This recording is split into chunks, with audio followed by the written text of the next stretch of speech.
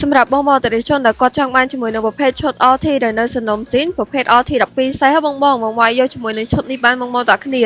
ហើយតម្លៃវិញគឺត្រឹមតែ1000ជាងតែប៉ុណ្ណោះបងតាគ្នាគឺតម្លៃត្រឹមតែ$1000ជាងតែប៉ុណ្ណោះបងអញ្ចឹងបើសិនជាបងមានតម្រូវការអាចធ្វើការតាក់ទងមកកាន់ហាងហុកលីមយើងខ្ញុំបានដែលទីតាំងហាងរបស់យើងគឺស្ថិតនៅក្នុងខេត្តបាត់ដំបងនៅជិតនឹងរំបងមួយរំសាយសក់តែម្ដងបងតាគ្នាធានាជូនថាជាប្រភេទ RT សុទ្ធប្រភេទម៉ាស៊ីន RT 12សេះនៅសំណុំបងតាគ្នានិយាយទៅប្រភេទ RT 12សំណុំឥឡូវលេងអត់សូវសម្បូរដូចមុនទៀតទេបងតាគ្នាត្រង់បានមានស្តុកមួយគឺនិយាយមានហ្មងហើយបើមានគឺនៅស្អាតខ្លឹមតែម្ដងបងតាគ្នា